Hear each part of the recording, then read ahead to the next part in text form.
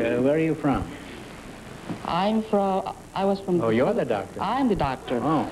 That's right, Groucho. I came from Iloilo in the island of Panay in the Philippines.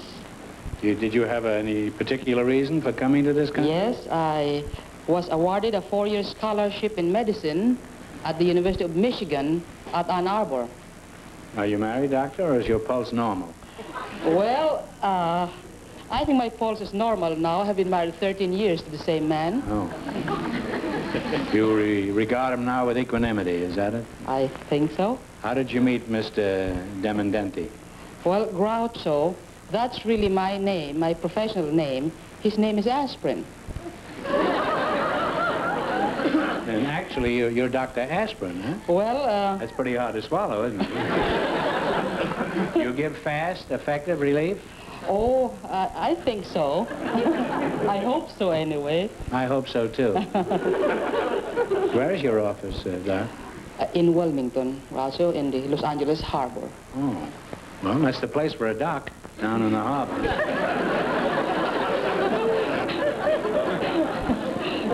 You're a pretty healthy-looking lad, Jeff. How old are you? 77, Groucho. 77?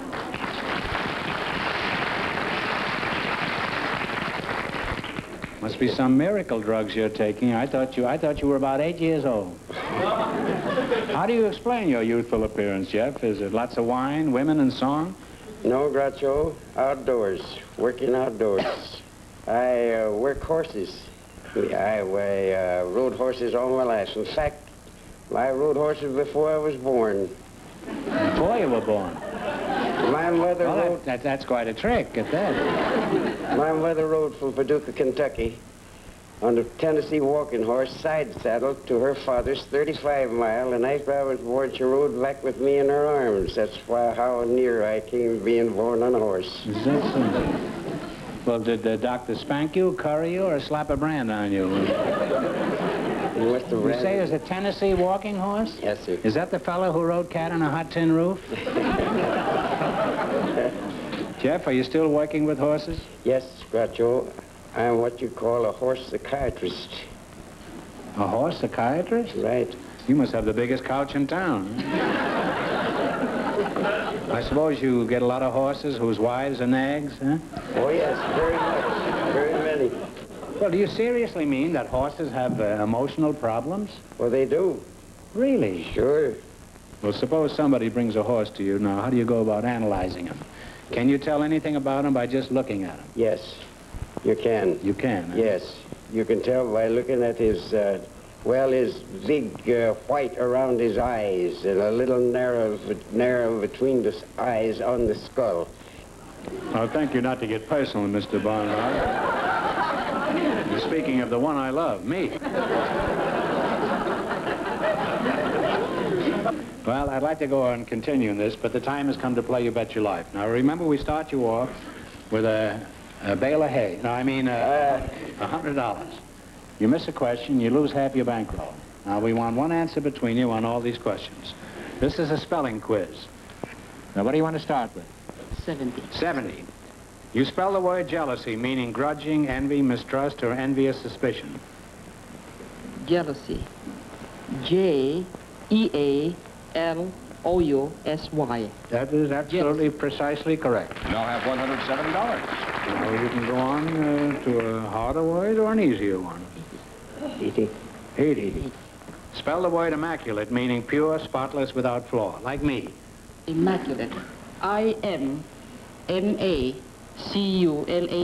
Immaculate. You're a credit to the University of Michigan. You now have $250. Now, what do you want to say? Spell the word genealogy, meaning the history of a person, family, or group. Genealogy. G-E-N-E-A-L-O-G-Y.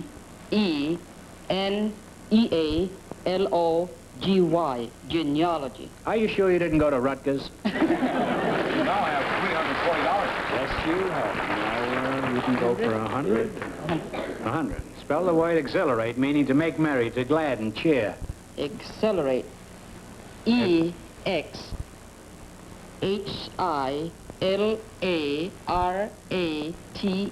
Accelerate. You're a very sharp cookie. And you went all the way.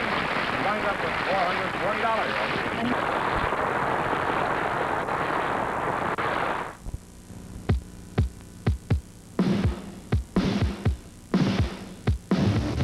Japan, 1989. During the last 40 years, Japan has risen from the agony and ashes of defeat to become one of the world's major powers. This is Lee Canta. For an insight into Japan's culture and a comparison with ours, join me for Japan, the Modern Empire, Tuesday at 8. Right now, however, we have some more people for you to meet, Groucho. A couple of young people, Cassandra Costello and Desmond Slattery. So, folks, you come in, please, and meet Groucho Marx. Say the secret word and you'll divide $100. It's a common word, something you see every day. Now, let's see. Cassandra Costello and Desmond Slattery. Those names are certainly euphonious. They're about as phonious as any I've ever heard. Cassandra, what is your real moniker? That's my true name. That's your true name, eh? Well, that's a very pretty name. Thank you. Why did your parents tag you with a name like that? Oh, it's from Greek mythology. Oh. Where are you from, Cassandra? St. Louis, Missouri. St. Louis, Mo, huh? Did you know Harry Truman? No, he's from Kansas City, isn't he? Huh? What did you do in St. Louis? I lived there all my life. I went to school there, and I finished college and went to dramatic school. Oh. You're an actress? I hope to be. I'm studying drama now. Oh. And let's see now. Your name is Jeff Barnyard? Oh, my name is Desmond Slattery. Oh, well, wait a minute. Your name is Desmond Slattery, and your name is Cassandra Costello. Now we've got it all straight. Desmond, the first thing I want to ask you is, what is the reason for your long locks?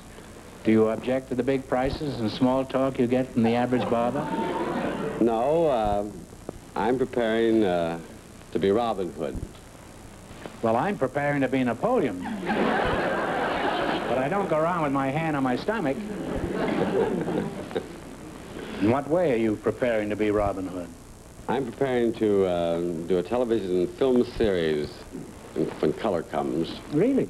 Well, isn't Robin Hood already on the air? Is that you? No, that's not me, but I intend to be ready when the color version, with the color version. Oh.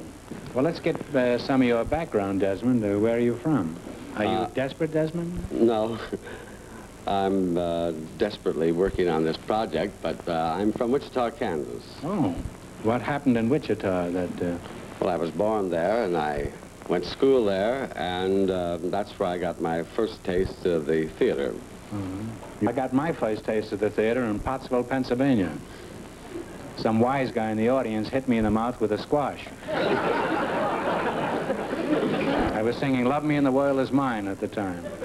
I care not for the stars that shine. Bing, came the squash. You're a very interesting couple, and I wish both of you the best of luck with your respective careers. Thank you. Now let's hope you win some money. In the race for the $1,000, the first couple won $440, and the secret word is hat. Thumbnail movie quiz. I'll give you a brief synopsis of some famous movies. You give me the title of the pictures. Some of these go back quite a way. And remember, the more the question is worth, the tougher it is. How much you want to start with? 100. $100. Victor McClellan got an Oscar for his portrayal of a man who betrayed his friends during the Irish Rebellion. What picture was it? The Informer. That's right, The Informant. You now have $200. The little ones are easy. 90. In 1949, Brod Crawford scored as a man who rose to power in politics by letting nothing stand in his way. What was the name of this picture? All the King's Men? Absolutely correct. You now have $390. Now what, 80? One of Jane Wyman's best roles was that of a shy little mute who fell in love with a young doctor. What was the name of this picture? I think it was Johnny Belinda, wasn't it? Johnny Belinda? Johnny Belinda is right. You now have $370. Now, what do you want this time? Your last chance to beat the other couple. $70. In 1948, Olivia de Havilland appeared as an inmate of a mental hospital. What was the name of that picture? The Snake Pit. Snake Pit is right. And you wind up with $440. A housewife on deck for you now. She's Mrs. Dorothy Strout. Well, shiver my timbers. I won't bother to introduce her partner. I'm sure you'll recognize him. So, folks, you come in, please, and meet Groucho Marx. Say the secret word and...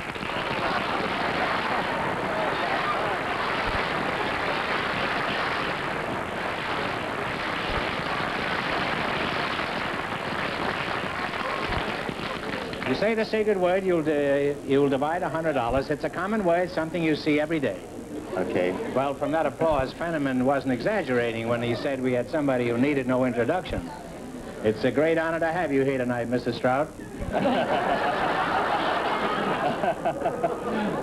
Well, let's see. Who are you again? My name is Liberace. Oh, Liberace. Well, give me 5. Hello, Groucho. No, for a minute, I thought you were Governor Knight. Lib, we're glad to have you here. Oh, it's a You great don't object show. to me calling you Lib, huh? Not at all. As a matter of fact, I'm a prominent member of the Liberace fan club. Well, that's wonderful. Last year, I was voted chief candle snuffer. What name do you vote under, Libby? Well, actually, I believe I'm the only citizen in the United States allowed to vote with one name. You vote just under one name? Mm-hmm. Well, that's where we differ. I vote under 12 different names. What do your intimate friends call you, Lib? Oh, they call me Lee. Lee. Well, that's nice. That's good enough for me. And Mr. Strout, you have the honor of standing on the lee side of Liberace. Are you married, Dorothy? Yes, I am, Groucho. Sorry to hear that. I was going to see if I could make some business here tonight. Lee, your success has been one of the most extraordinary and biggest in the history of show business. How do you explain this rapid rise? Natural affinity for money? Well, actually, Groucho, I spent 17 years studying, and I used to practice on the average of 8 hours a day. Yeah. Well, I know you make a lot of money, and I really don't think that's why you're popular, because I think the audience suspects an innate goodness in you that they see in your face and eyes and everything, and that's why I think you're so popular. That's very nice. Thank you.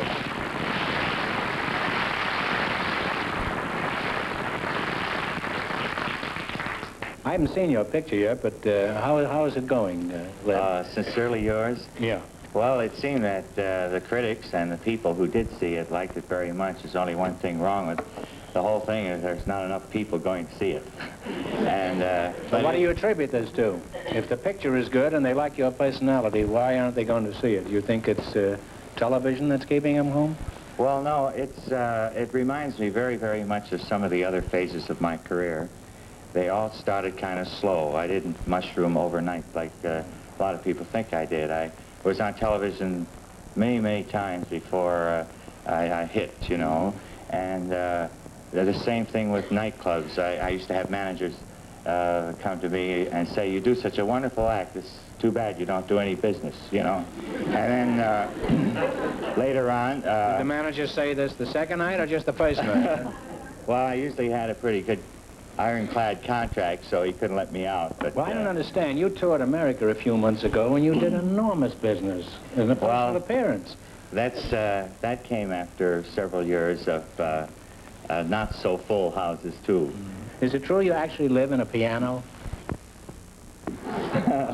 Well, not actually, but there are a lot of things in my house that are piano-shaped, tables and picture frames and swimming pool, and I have a collection of miniature pianos that started when I was 7 years of age. Paderewski gave me a little piano that he sent to me from Budapest, and I was so thrilled with it at the time that other friends in show business that I met later in life always would remember me with little pianos, and I also have 2 concert grand pianos that I use in my work. What about, have you ever heard Irving Berlin's tribute to a piano? No, I haven't. Would you like to hear it? I would love to hear it. I wouldn't sing it the whole song, but I'd sing you a chorus if I could borrow a guitar from the orchestra. I understand you play guitar, too, huh? No, I don't. No? I just hold it. Well, that's practically what I do, but I can play a few chords. For this, he took drama at Stanford. Now, I don't know. Just a chorus, I'm going to give you one. I love a piano. I love a piano. I love to have somebody play upon a piano, a grand piano. It simply carries me away. I know a fine way to treat a Steinway. I love to run my fingers o'er the keys, the ivories, and with the pedal, I'd love to meddle when Paderewski comes his way. I'm so excited, if I'm delighted, to hear that long-haired genius play. Keep your finger, keep your bow, give me a P-I-A-N-O-O-O. I love to sit right besides an upright or a high-tone baby grand.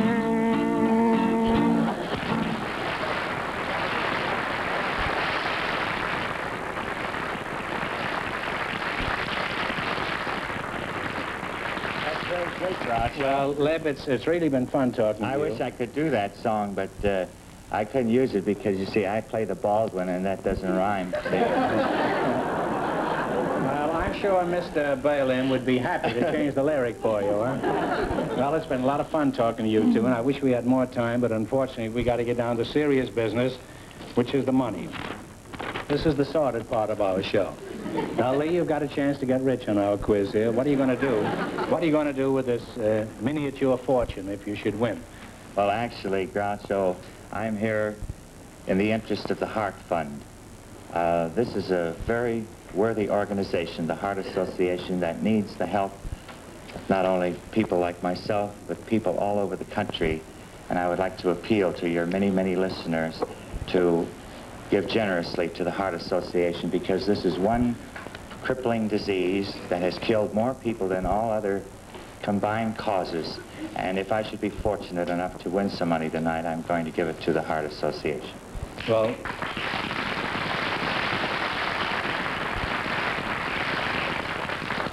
point of information, where do the listeners send their contributions? To their local postmaster. Well, that's a worthy cause, and I'm all for it. And if I'd known you were going to give your money to the Heart Fund, I'd have let you pick a musical category. But obviously, that wouldn't be fair to our other contestants, because you're real experts on music.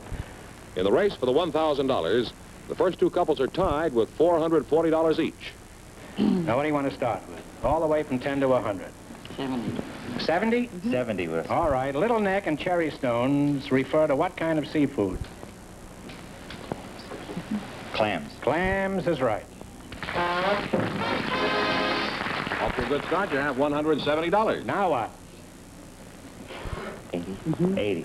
All right. The leek, L-E-E-K, is related to what common vegetable? Onion. Onion is right. Now I have $250. What now? 90. 90. What do you call the dish that consists of chunks of lobster removed from the shell and served hot in a creamy, spiced wine sauce? Yum, yum, yum, yum.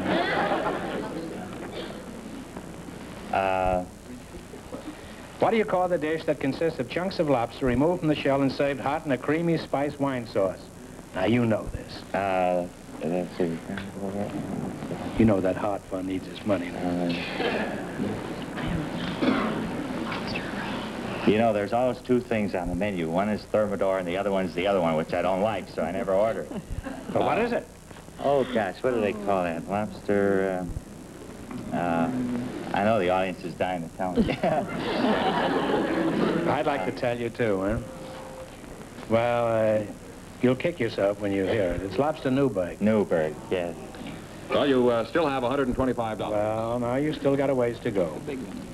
$100? The $100. All right, the kumquat is related to what fruit? I would say the citrus family, the orange. All right, orange. That's close enough. With the Heart Fund. And you wind up with $225.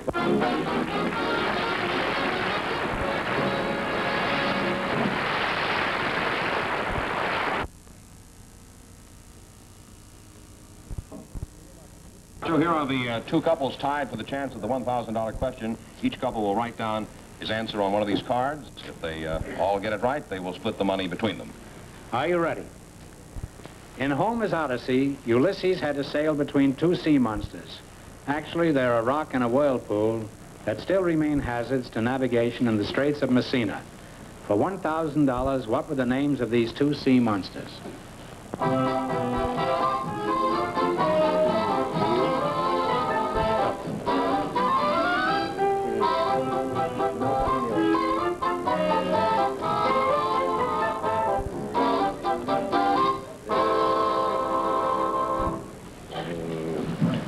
right, time's up. Start with Dr. Demandenti here. You have nothing, huh? That's right. No, that's certainly not right, huh? And you have nothing.